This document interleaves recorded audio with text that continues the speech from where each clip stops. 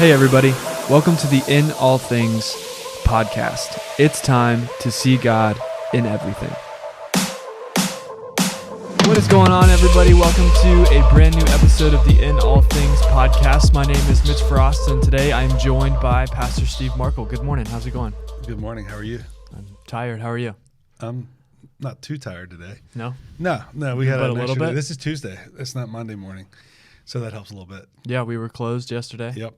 Office was closed. That's right. So day off for most of us. Not for me, but day off for most of us. So yeah, it's Tuesday. We don't usually record on Tuesdays, Right. but here we are. Yes. Brand new episode. Yep. So this past weekend was kind of a big one for the church, would you say? I say it's Christmas and Easter, the two biggies, and so it was a big one. Yeah. Good So, Friday and Easter Sunday.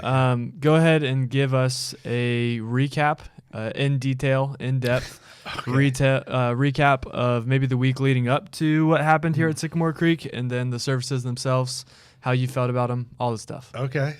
We go back last week. We were pretty busy getting ready. Lots of details. It's amazing. We worked ahead on it, but still there's a lot in the last minute. Plus, we were having a Good Friday service, which was separate from Easter Sunday, a completely different service than Easter. And we decided to do something very creative with the auditorium. We took the preaching stage and we moved it to the middle of the room, completely reorganized all the chairs, all the seating. So there was a lot of work done by the staff last week to prepare for that. So just speaking about Good Friday first, that was a service like we've never done before in the way that we did it. And I think it went off great.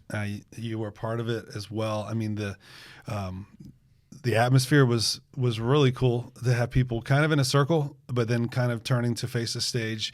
We had music from the middle stage. Jared and Melissa started it off there with for song. I spoke from there. You did communion from there. And the people's response. And it was packed, which made it awesome. It was the biggest worship night we've ever had. So that was really cool. I've heard so many comments about that service. People love that. And then, of course, we had to turn it all around afterwards. Shout out to all the people that stayed. Several small groups stayed and helped us reset the auditorium. And we were there for about an hour afterwards getting it done. And then Sunday came, and Easter Sunday, first time wide open without COVID restrictions in our new building. So that was really cool to see it full. So really great day. I mean, Easter, everybody's in a pumped up mood. It was cold, but sunny. So that was nice. Great crowds, both services. Not quite 2019 numbers, but close. But great responses to the messages, to the music, everything. I just, one of those days we had a lot of first-time guests, tons of people. A shout out to Amy for the picture spot. I think that was the best photo spot we had, and so many people got their picture taken there and posted that on social media. So anyway, it was one of those days. Just felt really, really good about it. Really feel like this momentum is back from post-COVID momentum now. And the week before Palm Sunday was our largest attended day that we had since COVID that wasn't a holiday special day like Christmas or Easter. So, and build on that, it was like 50% more people were here for Easter. So anyway, I'm super excited about that. We finished up a series, the Challenging the Norm series, walked through Mark chapter 16, which I enjoyed telling the resurrection that way. So it was just a great day. Yeah. How was it for you? It's good. Yeah, the weekend. Yeah, weekend was good. Lots of prep, like you said, getting ready for it all. Probably most of that prep on Jared. He changed the lighting and got everything ready and got a worship choir ready and all the things I didn't for the weekend. So that was awesome. Friday was really, really cool, really special. Something that I don't think we've ever done. Right. Really anything like that here at Sycamore. And then after Friday service, I got to have 14 high school students, and then there's a bunch of leaders there too, but all crammed in my basement. We watched The Passion of the Christ. And so, I mean, if you don't know what that movie is, then maybe you've been living under a rock. But it's been out for, I don't know when it came out, but it's about been a 20 while. years. I would say early 2000s, yeah. Mm-hmm. But it's the highest grossing R-rated film, which is crazy. You showed an R-rated film I did, to teenagers in your proudly. Oh, but for a lot of them, it was their first time seeing it, and talking to some of them, even on Easter Sunday, some of them saying like, Steve's reading the verses of the resurrection and of everything that happened, and I can't get those images out of my mind. Like, it's making it so much more real than it ever was. And so that's just cool. That's the goal of kind of the movie and why we did that. And so that was special, just to do something different. How did they handle that? Like because I remember when I saw it in the theater, it came out right before Easter, whatever year that was, and I got one ticket, and it was like I went by myself, but it was a packed crowd, and I sat there the whole time, and it was completely silent. It was like I remember tears, and people were emotional. How was it for them? Very similar. Yeah. It was like the final scene in the credits, and nobody's talking. It's just dead silent in the basement. Like, everybody's just like, wow, like that. Yeah. It takes you back. It makes you think for a second. Then you get that like 15-second scene of the resurrection at the end, which was nice. But and Lexi, your wife, was texting me, my daughter was texting me that some questions after that I guess some people were talking about. Did you guys have like conversation? Yeah, a little bit. It's interesting. Some perspectives that Mel Gibson, who was the director, put into the film about Satan and how his role in all of that. So anyway, not that we're getting into that. We won't dive into all the theories. That was some theories. I mean, some stuff is left. Some interesting things. Yeah, because it's left kind of unknown, some of those things. But yeah, it's kind of cool. The big question that was floating around was, did Satan know what was going to come from the crucifixion? So when Jesus died, would he have been happy or sad? Right. Was he like, I won? I remember about that same time period, a little earlier, there was a contemporary Christian music artist named Carmen. You ever hear of Carmen? Yeah. Yeah. One of his probably most famous song was The Champion. And the whole thing was about Jesus and Satan in a boxing rink. It was all based on their having a fight in a boxing ring. And when he knocked out Jesus, they started the countdown instead of the count up. Instead of the count, when somebody's knocked out, they count to 10 to say that they're really down before they can stand back up again. But when Satan knocked out Jesus, God the Father started the countdown 10, 9, then Satan starts freaking out, like, what's going on? And then at the end, it's real, like, gives me chills thinking about it. And then Jesus rises up at 0 instead of staying down, and so Satan loses. And so that was that same idea. Yeah. Like, was he happy? Yeah, he was happy. He thought he won, but then he didn't. But yeah, it's interesting to see how people depict that. Yeah. And that's kind of what we started talking about too, was like Mel Gibson, the director, isn't necessarily a Christian. Yeah. And so when he directed it, he was pulling from all different kinds of traditions and beliefs and eyewitness accounts. And so it's not like, I believe he, believed in Jesus, and he's enough to make that movie and everything. And yeah, he did. I mean, he wanted it to be as close to scripture as possible. So I think they did a good job with that. Yeah. But the rumors that they're working on a sequel. So that's what I've heard for years now, is like, same cast, and it's going to be from the moment he died to the moment he comes back. So to resurrection. So it's going to be the 12-hour period, or I guess, what would it be? I don't know. From when? From Friday him dying to Sunday him coming back. So it's going to be 36 hours. Yeah, so it's going to be that period of what it would have been like and all those kinds of things. So that'll be cool. That will be, yeah. But anyway, enough talk about Mel Gibson and the Passion of the Christ. But that was my Friday night. And then Sunday was awesome. I love Easter Sunday, and I got to be in the hype choir, first time ever doing that. So that was cool. Yeah. But yeah, it was a great day, and it's just awesome seeing, the church packed and people here and the energy and Easter brings that naturally, but it was just it's fun. Church packed, the stage packed, and I know Jared had a picture of the green room packed with all those people that were part of that hype choir. So that was really cool. I mean, all of it just it's one of those times where you just feel, as a pastor and staff, you just feel fulfilled, like you're seeing it. But I said something near the end of the message too, not to, I don't know, it's very direct, but just saying something to the effect of the idea that some of you I know are thinking right now, you check the Easter box, I'll see you at Christmas. I'm like, that's not what we want for you. That's not what God wants for you. And hopefully there's some people that will move beyond that in their obedience, in their following of Christ, because there's so much more than just checking a box on Easter. So it's a hype day. It's a big day. It's when everybody goes to church, but I look forward to next week just as much, in a different way. Yeah. So I just want to take a couple minutes. We're going to talk about we recapped Easter. So there you go. But we are 2 days removed from Easter, right? Yeah. And I just want to kind of maybe spend a couple minutes picking your brain, kind of talking about how do we live like Easter happened every day. So Easter came and went. Easter 2022 weekend is over. We just talked about everything that happened. It was great. It was awesome. Now we're on Tuesday, April 19th, and Easter's over. We'll see it next year. I think it's early next year is what I heard, like first weekend of April or something. First week in April. And so what do we do now with the fact that the Easter season might be over, but the Easter story is very far from over? And so, I mean, there's a lot of big claims about how, without Easter, Christianity really wouldn't be what it is. And so I just want to talk for a moment about, your thoughts on that and how do we live like Easter is true every day? Yeah, that's a good question, because I think the songs that we sing about the resurrection, we sing them all year long. And that is the hallmark of Christianity, the resurrection of Christ. We hang everything on that. And I said that, of course, like most pastors did in the message, one of the things that stands out about Christianity is that our Savior is alive. And so that is what gets us going every week. Again, we'd shut down. I don't think there'd be any reason to be here next week if it wasn't for the resurrection. So even though we have one day that we celebrate it, like you're saying, it should affect every day. The power of the resurrection, Jesus said, is the power that is in us. I think Paul said too, that gives us the power to overcome things in our lives, to change the way we live our lives, to defeat temptation, to overcome anxiety, all the things we can talk about. We have the power of the resurrection in us by believing in Jesus. So I think that's a life-changing thing. And if it's not, then why are we here? Why are we sitting here doing this right now?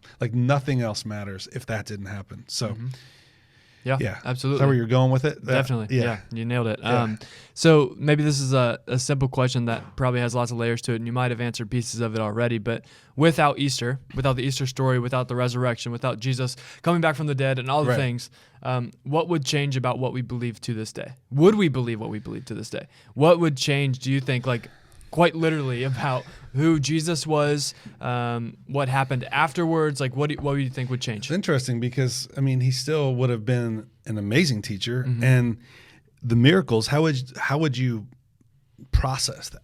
Right. All that he did miracle-wise, all that he said, if he hadn't fulfilled this one prediction of raising from the dead, if he had just died and stayed dead, we'd have no hope. I don't know. I think it just would discredit so much of what he'd done. It wouldn't mean that the good works weren't good works, just like anybody's good work could be. But yeah, I think that's just one of those.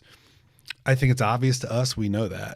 There's nothing worth doing in the church world to me. I would just find another profession and live my life to the fullest, but not have any hope for the eternity. So I think even more so than now, he would just find his place on a list of great teachers or great people in history. He's on those lists now, but you know what I mean? I think he would just even more so just be, he was a guy and he taught some great things and did some cool stuff. And that was really it, Yeah, there was a lot of you made a point on Sunday in your sermon about how all these other religions have the different teachers and have the different things, but we're the only one that has a teacher that came back from the dead, right? That separates Christianity from everything else. Right. And I don't understand how it's not denied. Most people accept that this is a fact because there's so much proof. And I've done sermons that direction, just talking about all the proofs of the resurrection, but there's so many. And it's kind of hard for people to deny that it happened. Yeah, definitely. Follow-up question. Without Easter, what would change about our relation to God? The way that we relate to him, the way that we get to him, the way that we understand him, what would change about that? What would change about that? Yeah. Without the resurrection, without, what happened when Jesus did this? That's a really good question.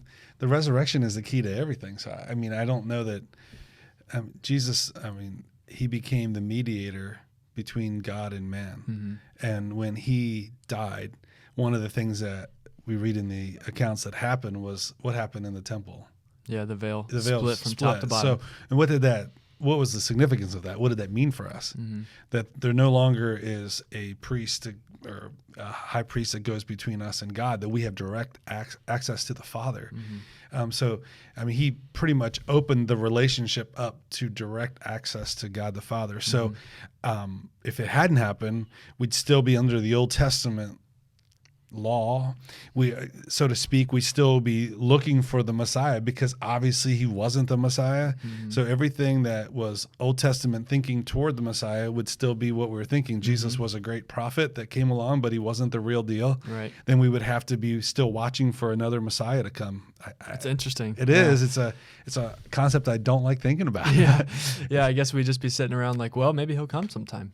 You know, like maybe this will be it. Maybe this. And there's, who knows, between Jesus 2,000 years ago and today, what could have been done, or who would have been said they were the Messiah. Who knows? Mm-hmm. There could have been a lot of false prophets that raised up, but I'm so thankful that we don't have to think about this. Right. Yeah. I mean, it's just like that Easter moment, it kind of splits history in half, right. You know, pre and post this moment. Right. Like, I mean, even the guards and the people there, like when this thing happened on the cross, they realized who he was. You know, like one of the guards, the Roman guard, said, "This is truly the Son of God." Obviously, that was when he was dying. That wasn't that he had risen from the dead. The way that he died. Right. Which is enough, right? I mean, like right? For like, them. Wow. Yeah. So, I mean, like everything was enough, but the resurrection is what seals the deal. It just makes it like, okay, he really didn't just die as a sinless person on the cross. He rose from the dead to defeat death. So there's just so much there. So the gospel, the gospel is amazing. And sometimes I think, like you said, you asked earlier, going forward, how does this apply to us? It just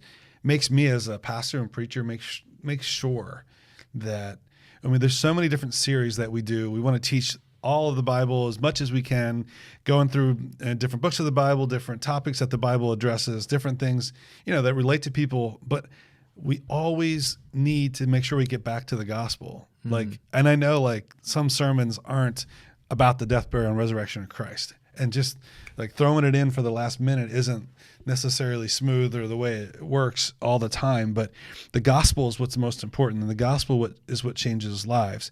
And so whether we're preaching on this next series, I don't know if you were going to talk about that today, but next series that we start first Sunday in May, it's called Louder, which is based on the statement, actions speak louder than words. And of course, there's so much in the Bible about that. And we're going to get into that deeply.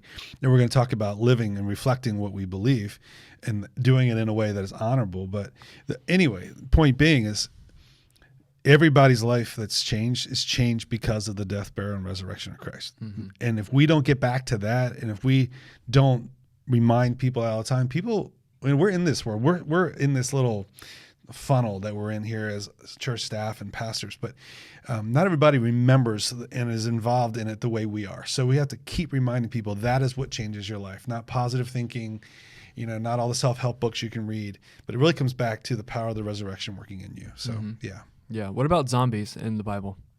We talked about this at the well. I wanted to catch you off guard with that question. This is like that the live podcast that we had all these weird questions. So no, that was my terminology for it, but this is real. So Jesus dies, right? Last breath on the cross.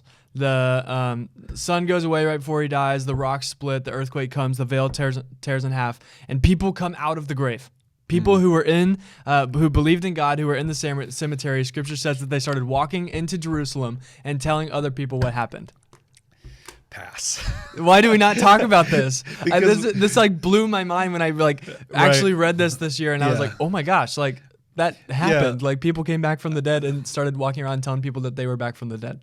There's a lot of people that a lot of reasons we don't talk about it. So mainly because we don't know how to handle it. I think next year you should do a zombie themed, like apocalypse themed Easter series. That'd be good. You can help me write that. Let's do it. No, but that was just it's a random thought I've had of like, man, I don't hear that talked about a lot. Like, no, there was one song we sang this past weekend that had a line about the dead rose from their tombs and something. Right.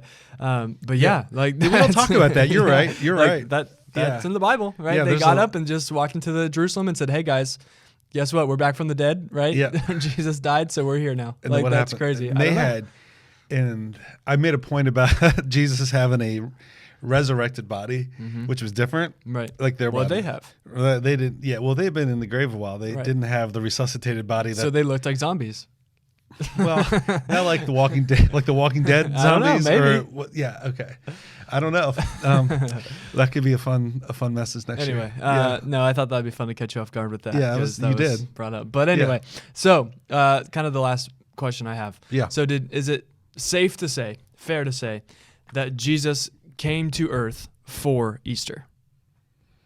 Give me your thoughts on a statement like that. I mean, his ultimate purpose was to come to redeem mankind, to provide a way for salvation. So I don't think you can like say that was the only reason he came was just for Easter. I think it was the whole deal. It was from the very get-go, the virgin birth, all the miracles, all the teaching that he gave us, the death on the cross, which was the propitiation, the payment for our sin that took our sin on him so we don't have to pay for our own sin. And then, of course, the resurrection, I think, was like what sealed the deal. That was like the final piece. I mean, so I don't think you can say that he just came for the resurrection, because I think all of it mattered. All of it led up to that. I said something, I think Sunday, about the death on the cross was the payment, but the resurrection's like the receipt. It's like the proof that the payment was made and that it was real and that it worked and that it covered our sin. Because I think that is the it was all pointing to that. But his whole life mattered, and all the different events mattered. And I think, even beyond that, what he did for those days that he was on the earth before he ascended into heaven, all that. I mean, the whole package is why he came. His purpose wasn't just to come for the resurrection. He could have, I guess, been more efficient about the process or something if he wanted to, if that was all that mattered. But I think one of the things that I think it's in John, where the writer says something to the fact of, and this is all that we wrote down, but there are stories after stories that have been told. And that's the part I'm like, man, I would love to see so much more. I would love to hear all the stories. I mean, like all the details that are not shown in Mark, Matthew, Luke, and John, like what else happened that we never heard about. That would be pretty awesome. I guess maybe we'll get to do that one day. Yeah. I've heard it explained, before as like, Jesus was put on this earth to, like you said, to redeem mankind, to save mankind, and the way to do that was to die and to raise from the dead and all those things. So, but everything else that we got to see and read about, and we don't get to read it all, like you said, but the 33 years that he was here, right? The examples, the things he set up, the way he lived, the way he taught, the things he taught, all the things are byproducts of this mission he was put on to die and redeem mankind. Yes. So I think it's interesting to think about, just because, even if he showed up and was quiet for 33 years and then somehow ended up on a cross and died, like he still was redeeming mankind through the process of being the sacrifice, the sinless, lamb for us. But everything else we got to see and glean from his life, what's kind of byproducts of what he was. And it all led to that. I mean, if he wouldn't have done all those things, they wouldn't have wanted to crucify him. So we know the whole story. It's just an amazing story when you just step back from it. We're so in the middle of it, but sometimes you step back from it and it's just like, wow. I love being alive today, but it would have been really cool to be one of those people that were alive then, to see all that. Yeah. Like I kept saying too this weekend, it's easy to criticize the disciples for leaving Jesus when he was at his darkest moment, for Peter, what he did. And it's easy to say, man, what's wrong with those guys? And then they didn't even believe the report that he was alive. Like, he said it many times to you guys. But you still didn't, you saw everything else he did. You didn't think that could happen. And yet they didn't. But I don't know what we would have done in that time. Well, I don't know what we would have done. Hard to say, right? I don't think I would have been any better than them. Right. But it's easy to, sit 2,000 years removed and be like, oh, I would have jumped on board with every word he said. But it's like, if you were around, it probably would have been a lot harder. Yeah. And there was, persecution from the Pharisees and the governments. And so I don't know. It would have been tricky for sure. Yeah. I'm going to read this quote by N.T. Wright. N.T. Wright, he's a New Testament scholar. I read a lot of his stuff in college. So Are those his initials? Yes, N.T. Wright, that's his name. So here's his quote on Easter. I thought it was pretty good. It says, "The resurrection completes the inauguration of God's kingdom. It is the decisive event demonstrating that God's kingdom really has been launched on earth as it is in heaven. The message of Easter is that God's new world has been unveiled in Jesus Christ, that you're now invited to belong to it." That was pretty good. That's pretty good. That was what really started the church. That's one of the lines that I love from the song that we sang right after the message, King of Kings. And there's this bridge, I guess, where the song talks about the resurrection and then about how the church got started. It gives me chills just thinking about, because not long after Jesus was there and resurrected and ascended into heaven, Peter preached in Jerusalem. and thousands of people were getting saved and baptized. It's just crazy. And then the church began to spread. And now we are here today because of that. I mean, and so the resurrection is kind of what took the message to the world and made it spread, and gave people confidence. Like if you didn't have confidence, you could have confidence because, why would the disciples, all but one of them, die for their faith? Because they knew it was real. If you were standing up for someone and you're like saying they're resurrected and it's like, no, they're not, and you weren't really sure, you wouldn't keep that stance if you were going to die.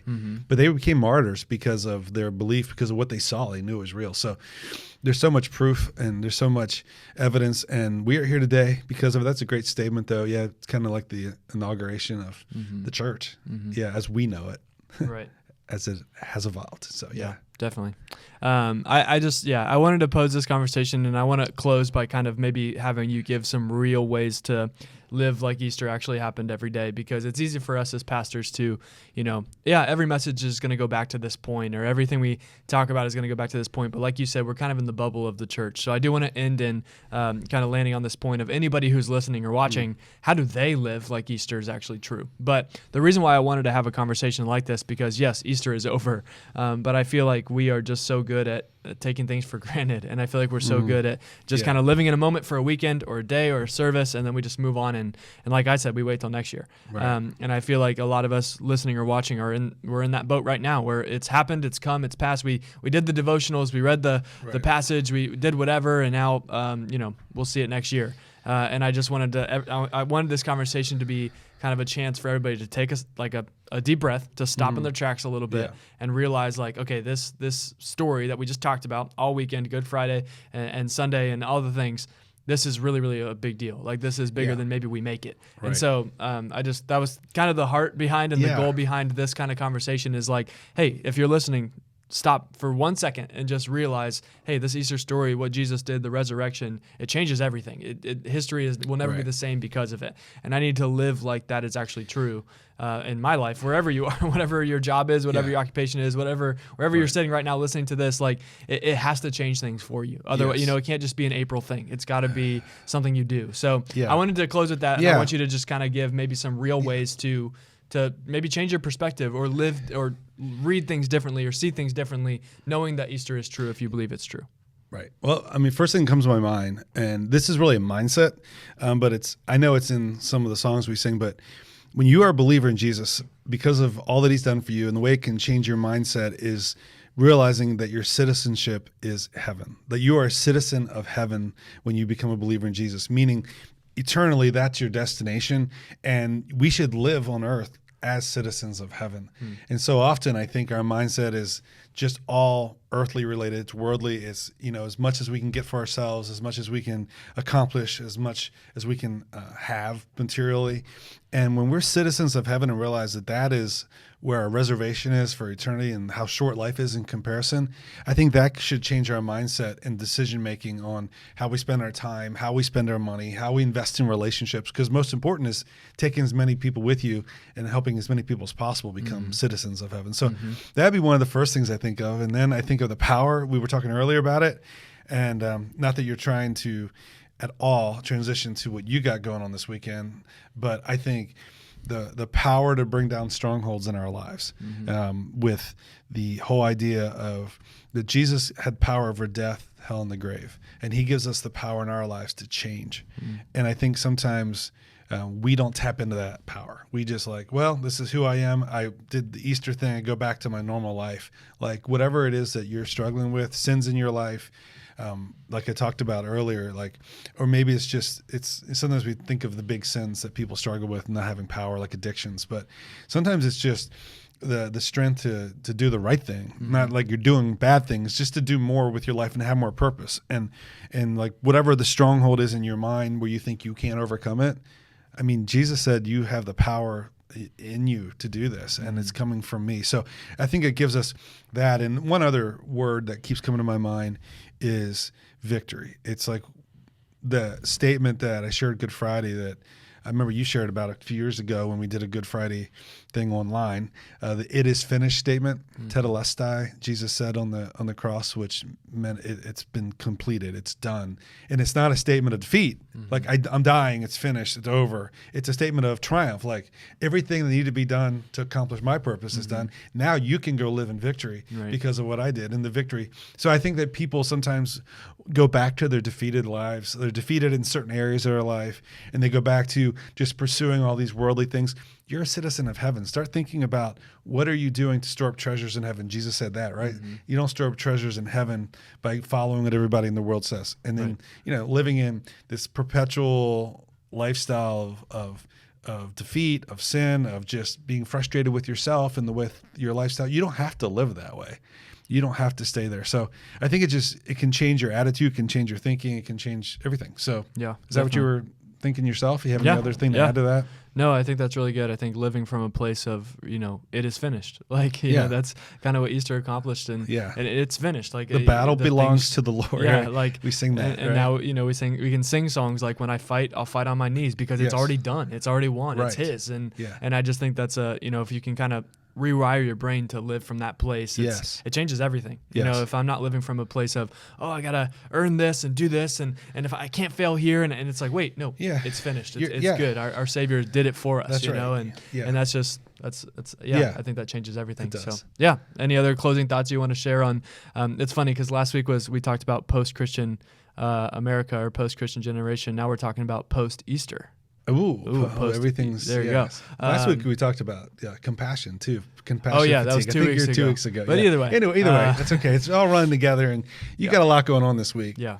So is that okay to talk about that? Yeah. Yeah, because I'm excited about this week. You got your annual now. This is your second one. Strongholds Retreat, which is one where you keep students in the area, which is really cool, and staying in homes, and you have a record attendance more than last year. So, we do. We're like I think 12 more students than last year. That's awesome. And we graduated a lot of seniors last year, so it's pretty cool to see that big of an increase. That is awesome. I'm very excited. It's funny how things go, and I'm sure you can speak to this too. When there's a big week in ministry, you have a big thing going on. It's funny how in your head you can get. I don't know if you feel that way, but the devil's good at his job sometimes. And it's funny how little things can really get you off your. Is that where you are right now? A little bit, It's Tuesday. I'm like, worked yesterday, got here at 7:30, setting up, ready to go, and it's just funny. There's just little things slowly that are just trying to get in my head. I'm seeing, and I know I've learned now in the last 2 years with you, the week of your big events, you get into a different little zone, and I understand. I mean, like, because been there, and I think just years of experience too, you get to where you need to learn how to manage those things in your head, but they still until it goes off, until the event happens and it's successful, you're like, every little thing is a big deal, and it's because you care and you want it to go well. But you got a guy coming in to speak to the students that came last year. Yeah, he's going to speak on Sunday morning too. And that's what I wanted to say. I'm excited for that. So this is really cool. On Sunday morning, you asked me what I thought about this, and it kind of worked out great getting for me to get the break the week after Easter. But I'm excited to have having Cody Woodley speaking on Sunday morning. He'll be speaking to the students on Friday night, and then Saturday morning, Saturday night. And then Sunday morning. So it's kind of like the conclusion of the retreat, and we'll be talking about strongholds on Sunday morning, which really is great the week after Easter. And for everybody that doesn't know, the name of his church, New Purpose Church, they're right outside of Nashville, Tennessee. So and we started supporting them a year ago as a church. So you give money to the church. We have missions that we support. He has a new church plant. It's a couple years old, and they're doing great. But it's really cool that we support him, he and his wife, and now they're going to be here, and he's going to speak, and he's going to preach on Sunday morning, both services. So I'm looking forward to that, and I know you all will be blessed, and you get a break from me, which is awesome, right? It's not, it's not one of us this week. It's a guest speaker. So that's going to be really cool. It's going to be a great weekend all together. So you'll be recovering eventually.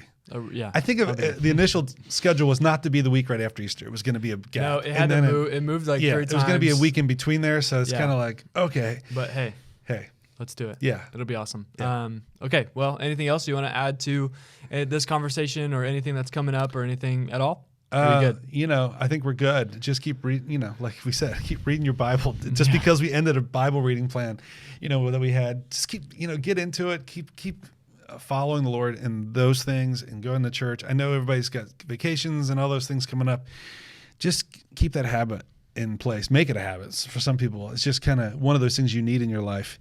And I hope that, like you said, the whole theme of this today, that the resurrection continues to be the thing in your life that affects. Because, next week, there'll be songs that we sing that talk about the resurrection. Because that's the thing. Yeah. Can't get away from that. That is what our faith, that's what is the clincher for everything. Yeah. So, thanks. This was good. Yeah. Awesome. Well, thanks so much for listening or watching, however you're doing this. Let us know what you thought of the conversation, and maybe let us know what you want to hear from conversations in the future. Yeah. We would love to hear from you guys, but you can send anything to podcast@sycamorecreek.org or message us on any of the social media platforms. But we would love to continue to make these conversations That's right. special. I think we only have like 3 or 4 episodes left this season, and we have a guest coming up in these 3 or 4. So, so 2, actually, technically. 2 different episodes. Yes. So Okay, stay tuned. Exciting stuff coming up. Okay. So we'll see you next week on the In All Things podcast. Thank you so much for listening to this episode of the In All Things podcast. Our challenge for you today is to send this episode to one person. Seriously, think of somebody right now that could use this conversation and send it to them. If you have any questions, feedback, or topic ideas, please send them to podcast@sycamorecreek.org, and make sure you follow us on Instagram and Facebook at Sycamore Creek Church so that you can always see what's going on in our world. If this conversation helped you at all, make sure you share it, leave a review, and subscribe so that you don't miss out on a single episode. We love you, God loves you, and we'll see you next week on the In All Things podcast.